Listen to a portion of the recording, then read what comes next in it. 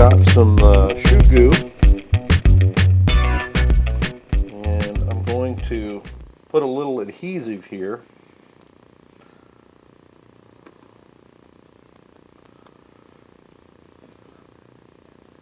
Now I don't know that this is high temperature, and I don't really care.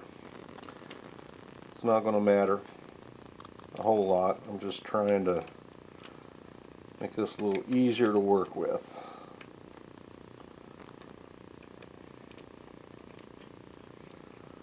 Okay.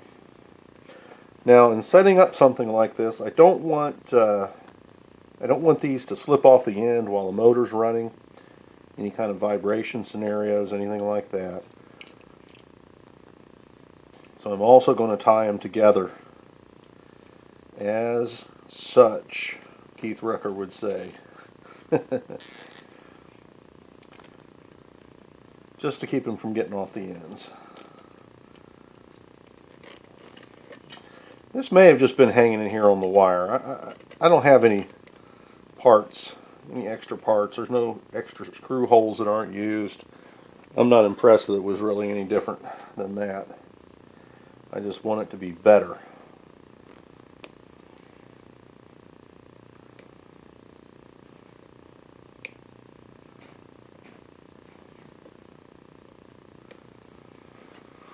Boom! There we go. And get to the screws. The next thing that concerns me a little bit, there's no strain relief here. Copper's still in good condition. Connectors are still in good condition, but you could end up with some kind of vibration wiggling the copper there and causing you to lose a wire.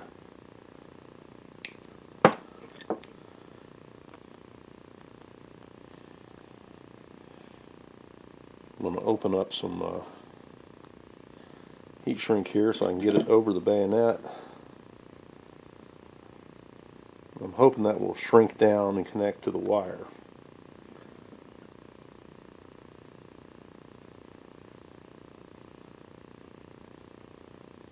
This is just in the spirit of making something a little better than I had found it.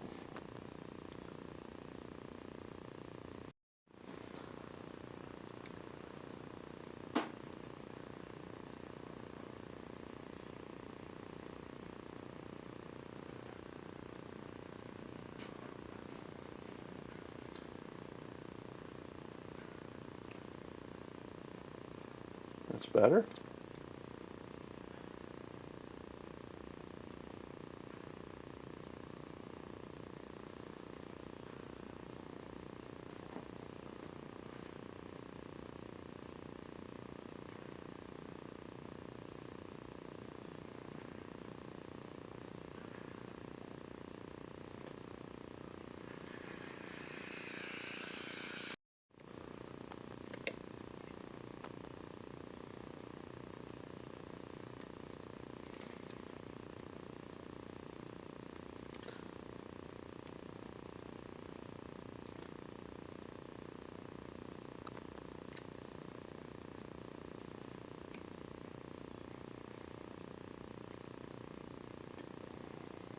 No reason I can't go on from that side.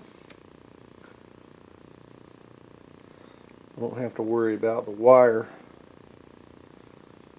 Let's bend that properly. Won't have to worry about the wire vibrating against the case here and shorting against the case. There we go.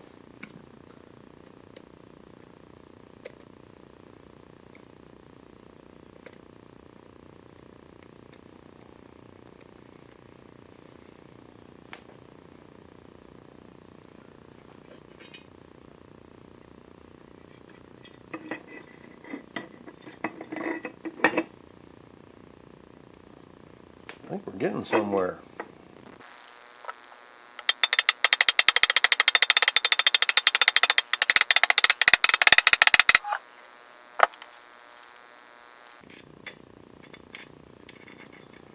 I would surely love to replace these fasteners with some stainless steel socket heads, but I don't have them.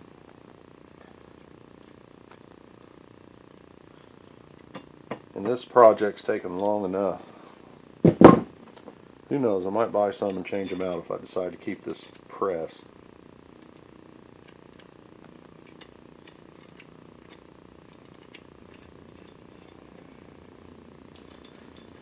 Came just like this, no washers there. Not a detail I'm thrilled about.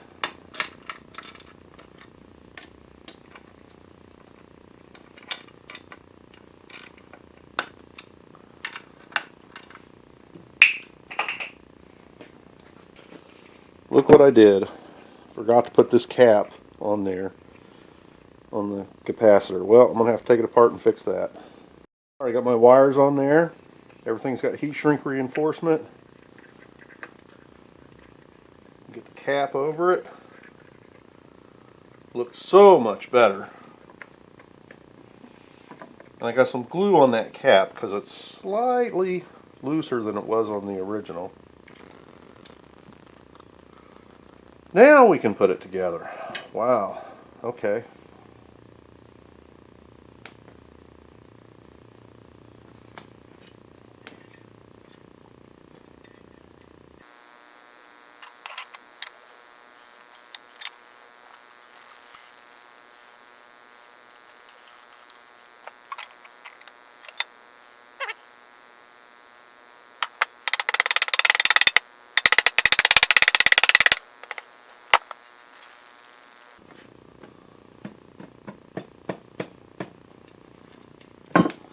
Just turning that slightly so the screws are going down the middle of the holes.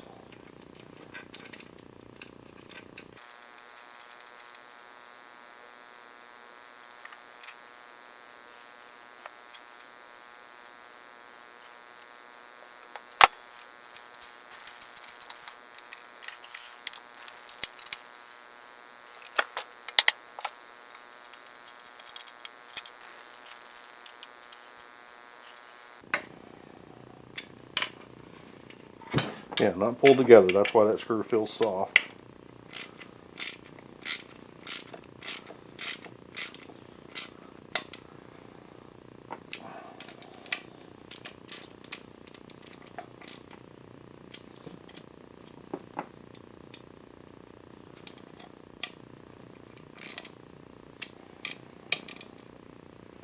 There we go. Now, I predict, because we're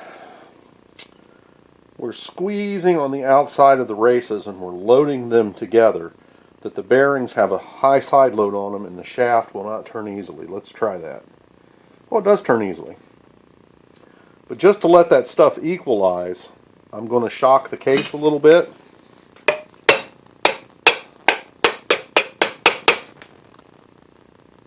Actually coasts better now. Got rid of the side loads.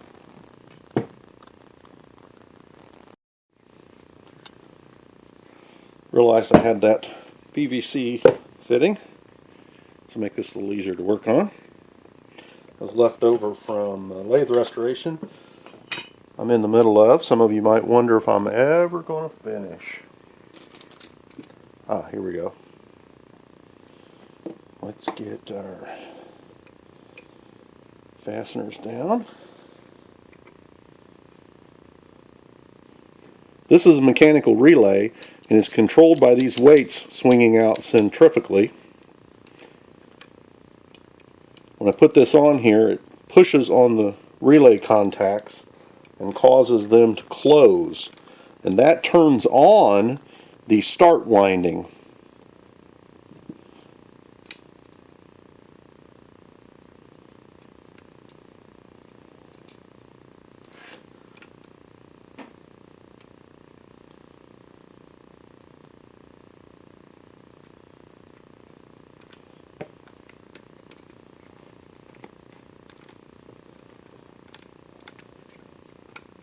There we go.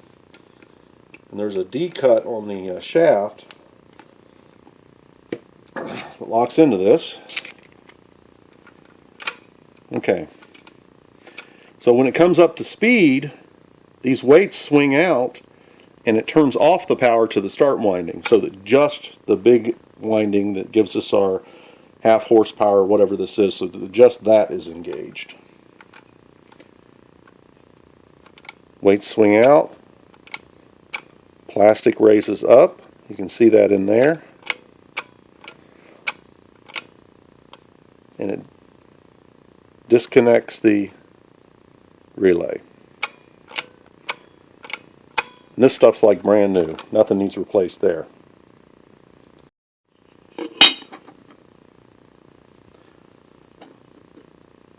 I was painting it all one color, but when I realized I was going to be making the table crank handle out of 3D printed plastic and that was going to be black, I thought, oh, this is an opportunity for me to two-tone this a little bit.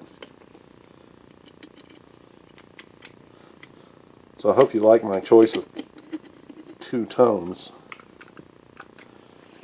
Pretty industrial looking, I think. Wow, I have a motor now.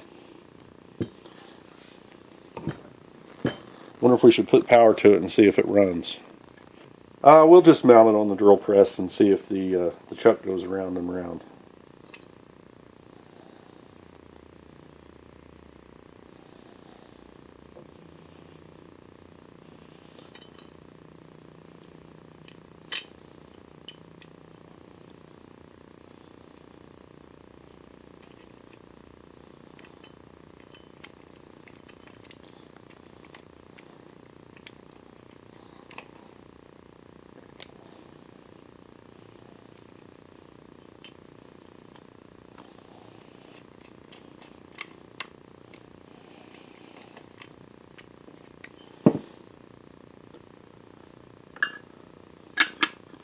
And then a nice contrast. Perfect.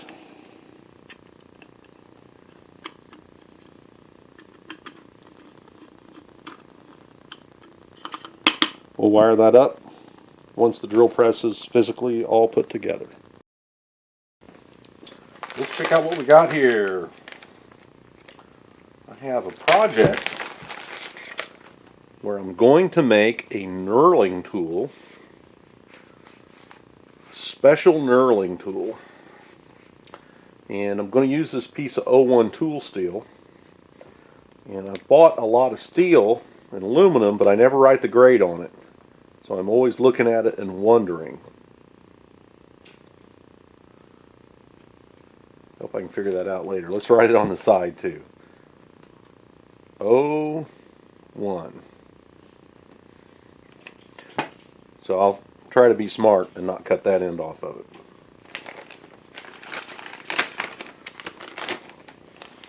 So that's for a future project. I did some pressing together of the bearings on the motor shaft for the motor rebuild for the drill press restoration, and there was a procedure there where I could have used a large washer up against the bearing to help me push it in and support it around the center race of the bearing. So when I ordered the tool steel, I ordered a couple of these large washers. I think these were a couple of dollars a piece, but they'll be handy for pressing things. So here's a few more shipments of things that I ordered.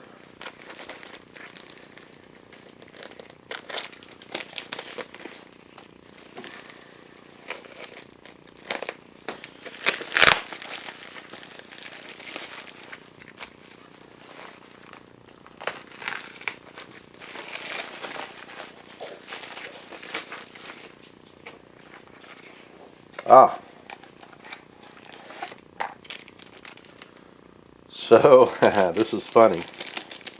I got another box open. Ordered some stuff from Shars. This is not from Shars. I ordered this off eBay. I want to say in the $10 or $12 bracket range. But this is a knurling tool, a single knurling tool that holds a 3/4 inch wheel, and this is something that I need for a project coming up.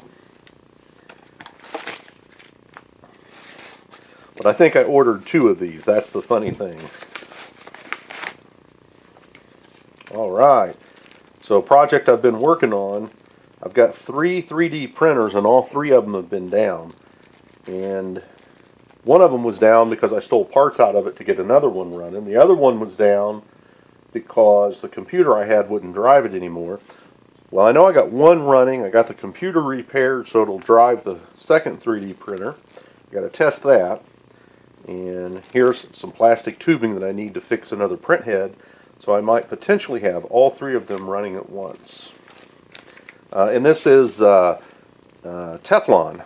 3mm on the outside, 2mm on the inside. And there's a little piece of it required inside the extruder head. And they use Teflon there because it doesn't melt easily. So put that in with my 3D printer stuff. So that lets me advance that project. I have projects all the time that I'm working on.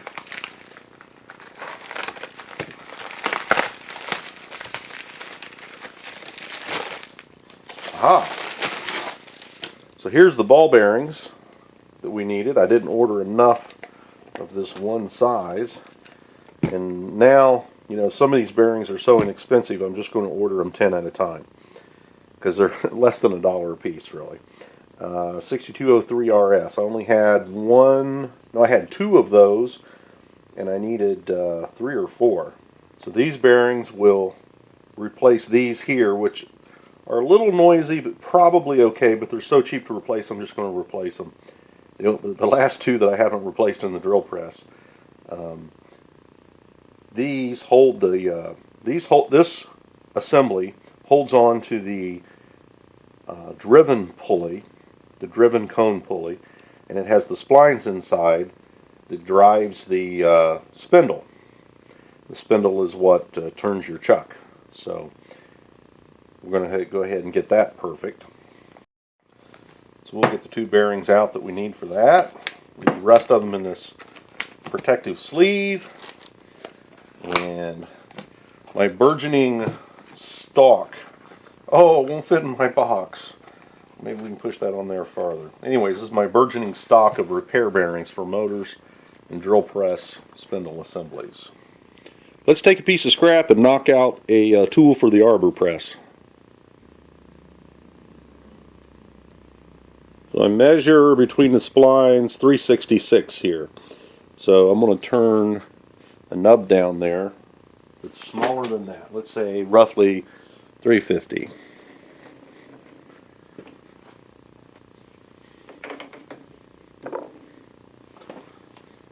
And we don't have to be super precise. This is 564. So let's see, we got to take 214 thousandths off.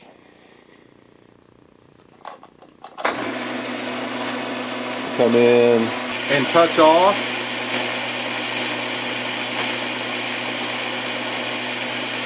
And basically sitting on 0. Let's see, we said we were going to take off 214.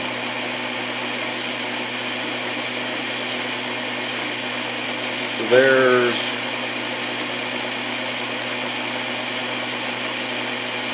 about 108. So there's 216. Refurb did a video where his lathe was stalling out. This is 216 on steel. This is a big bite for an Atlas lathe. Let's see what we get here.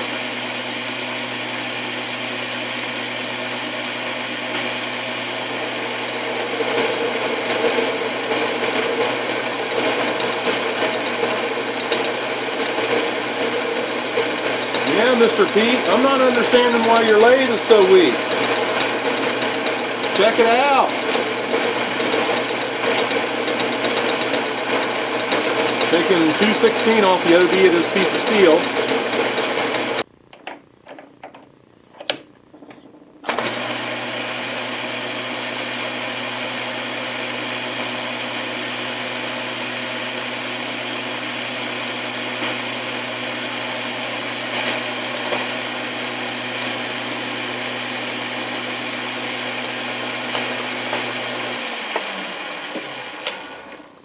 I won't take too much off of that because that's going to be our pressing surface.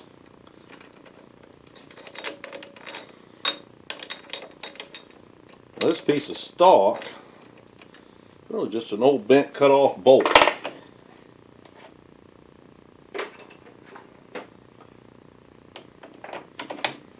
Let's at least give ourselves a flat end.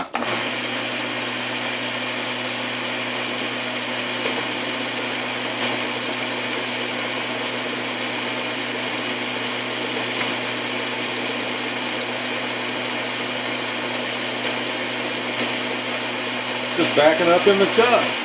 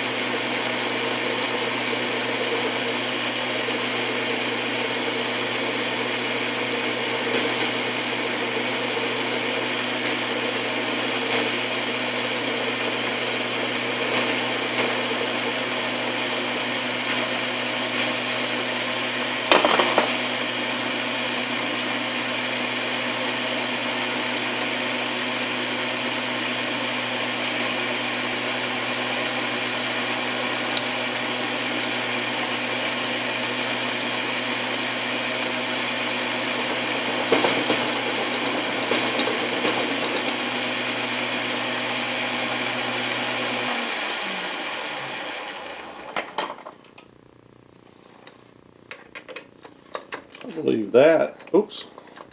Let's take the edge off. Don't want to leave any razor blades. I believe that's good enough.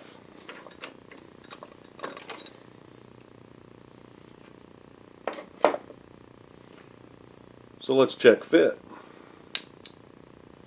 Drops right in there. A little bit of play, as anticipated. Now that I think about it, there might actually be a lot of press on this part, because these bearings fit in a bore, and this we don't want to come loose from the inside. It's got some fair stress on it. We're doing this job on the Greener number 2. Let me get the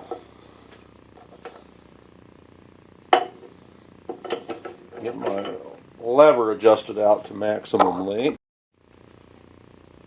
Now let's see what happens.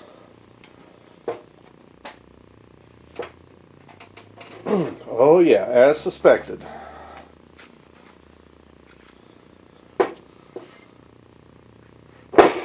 Okay. I don't have this press mounted,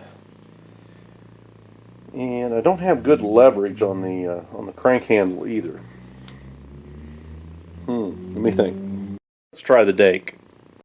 So the dake is a big mama. I gotta do a little bit of work to it too. This thing don't have a center pin. I don't like the condition of the arbor plate. Let's see if we get a little more favorable handle position. Yeah, I'd say that's more favorable. Here we go. Oh yeah, that pushed it out.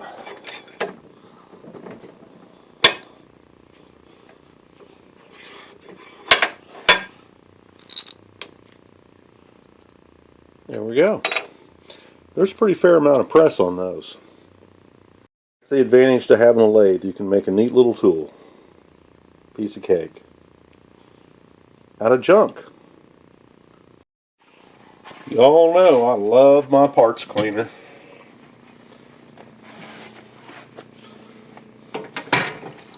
I wish we'd have met sooner, actually. I kind of feel like my life didn't properly begin until I had a parts cleaner.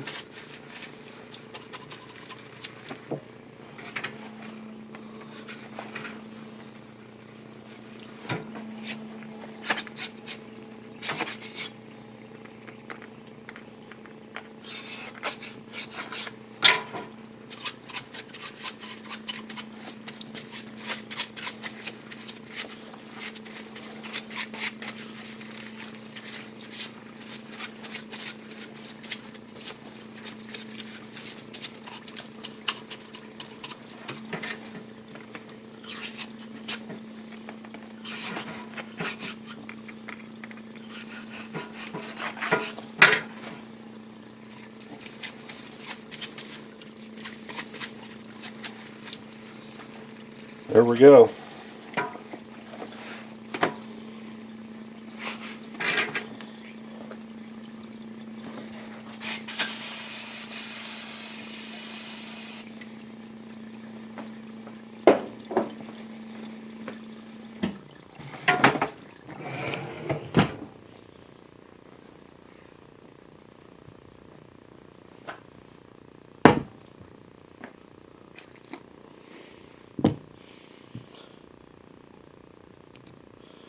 Press on the 2 new bearings.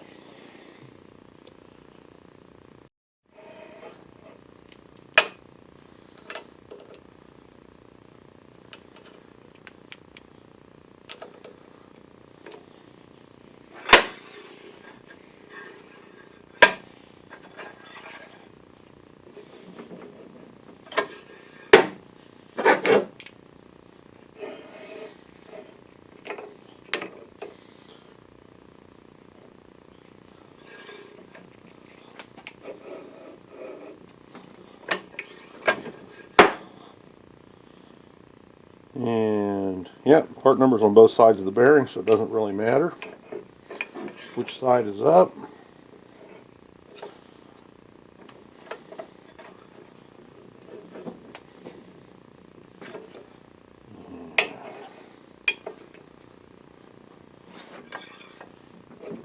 Just like that.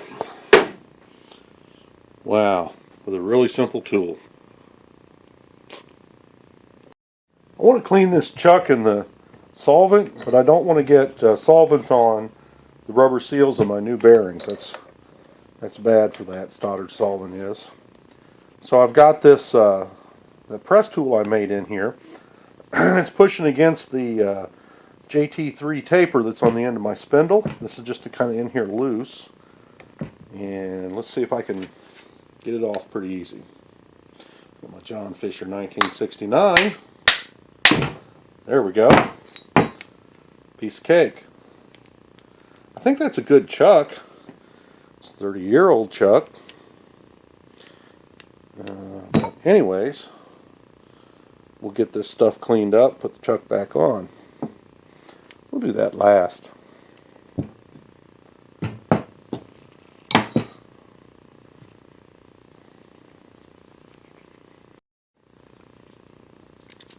Remove my masking.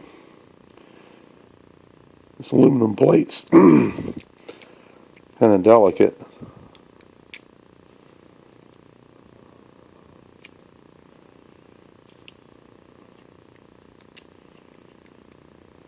There we go.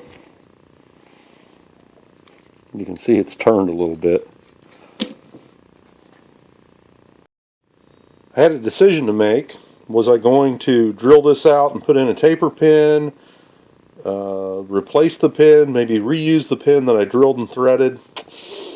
I think I'm going to reuse the pin that I drilled and threaded. The ticklish thing is, if I don't drill that out and go to some slightly larger size, is how do I clock this hole and get it in a perfect position?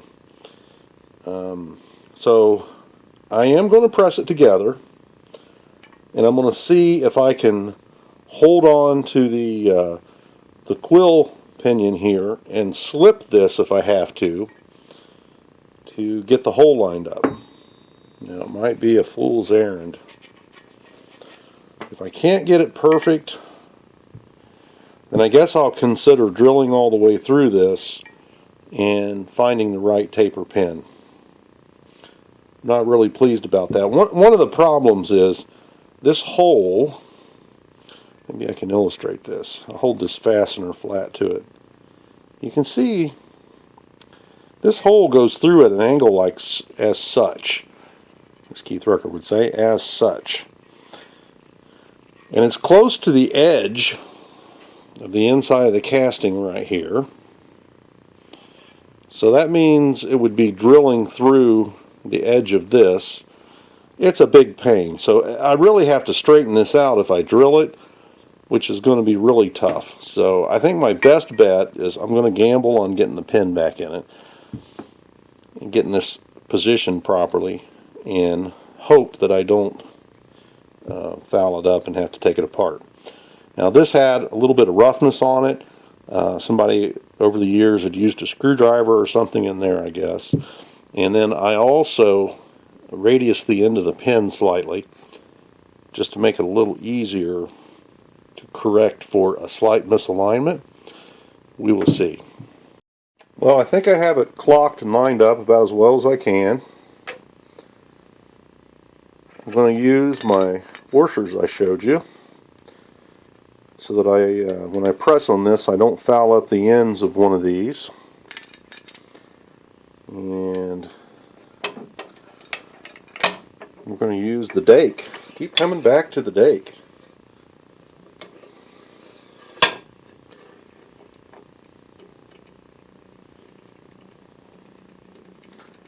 No, I'm not going to push on the chrome finish. Let me get something to pad that. There we go. We'll pad it with this.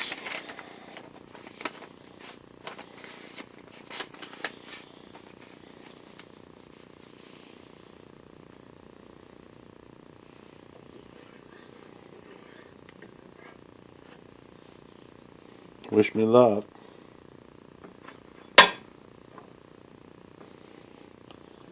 Have to move the handle out of the way.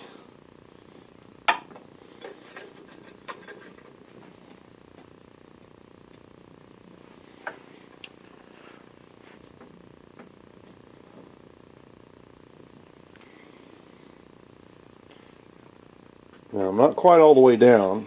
When I got it, it wasn't quite all the way down. Let's see if I can see my alignment. Ah, you can see in that hole, can't you? So I'm lined up fairly well. I have a little more, I'm not on all the way yet, but I have a little bit of the ledge showing over here. So I need to rotate this part. Actually, I need to rotate this part this way relative to that. So before I push it on any farther, I'm going to mount this in the vise, and I'm going to see if I can just force rotate this a little bit and center that up. That's my best guess of what to do. Electrical taped some aluminum pads in here. Got her in there nice and tight. Now let's see if we can slip it. Don't you love how I got this shot set up? So this needs to rotate this away ever so slightly. I'm concerned that I'll be able to move it, but not a little enough. So let's see, and I don't want to break these off or bend them.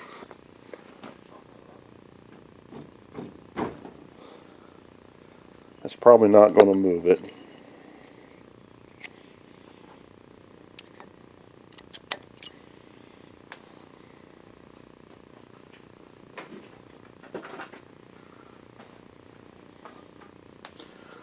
So the method I'm going to use here is I'm going to load it and I'm going to shock it.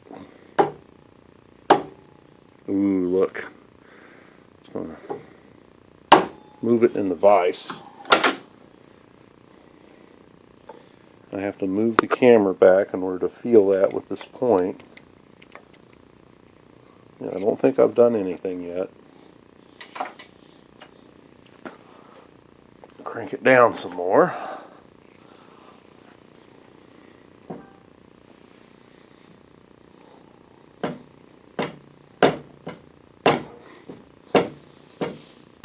Ah, that definitely moved it.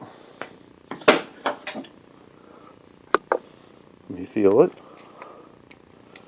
Probably just moved the whole thing in the vise. Did you see it move here?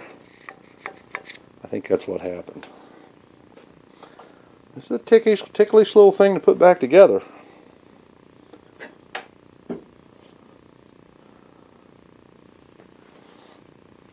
Tighten it up some more.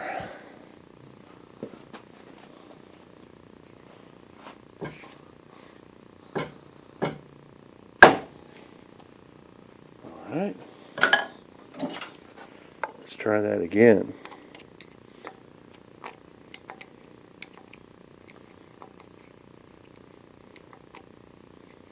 Hey, you know what? So I feel an edge coming down here and an edge coming down here that's pretty equal. It looks pretty equal.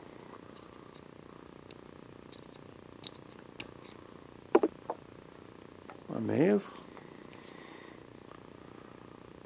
Yeah, I think I need to move it a little more, if I moved it at all.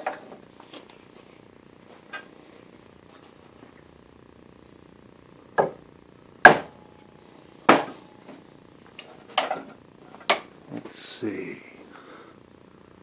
Let me feel it.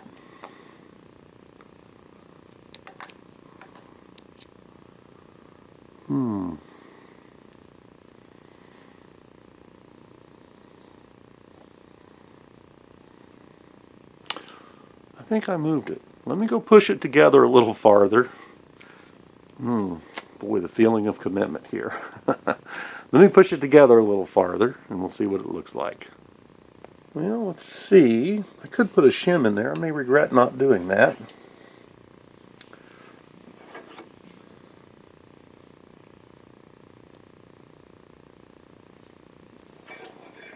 Okay.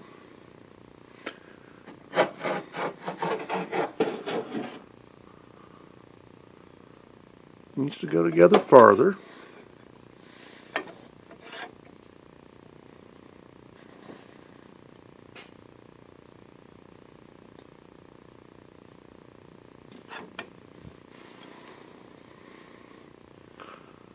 A little farther.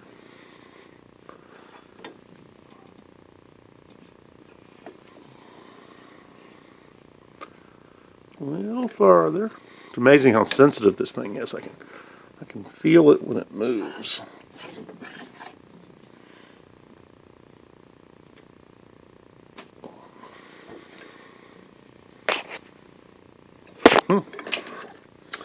Maybe it does need to be seated all the way out.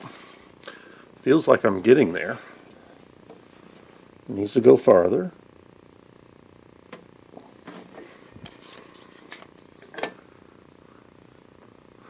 Okay, so I'm slightly too far now. I can see the edge of the hole in the bottom here. So I've threaded a 632 fastener into my pin. Get it started in the hole. Pushes in there easily, just by the weight of the handle really. Now we've come to a stop, and I think we're down to the very slight misalignment.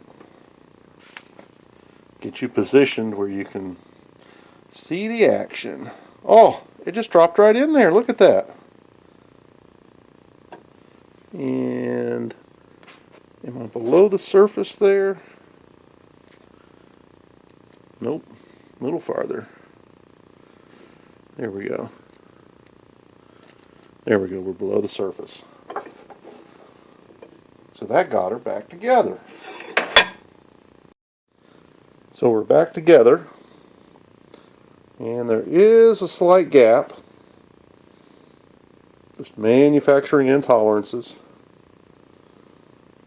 We can put this baby back together now and get her back in the casting.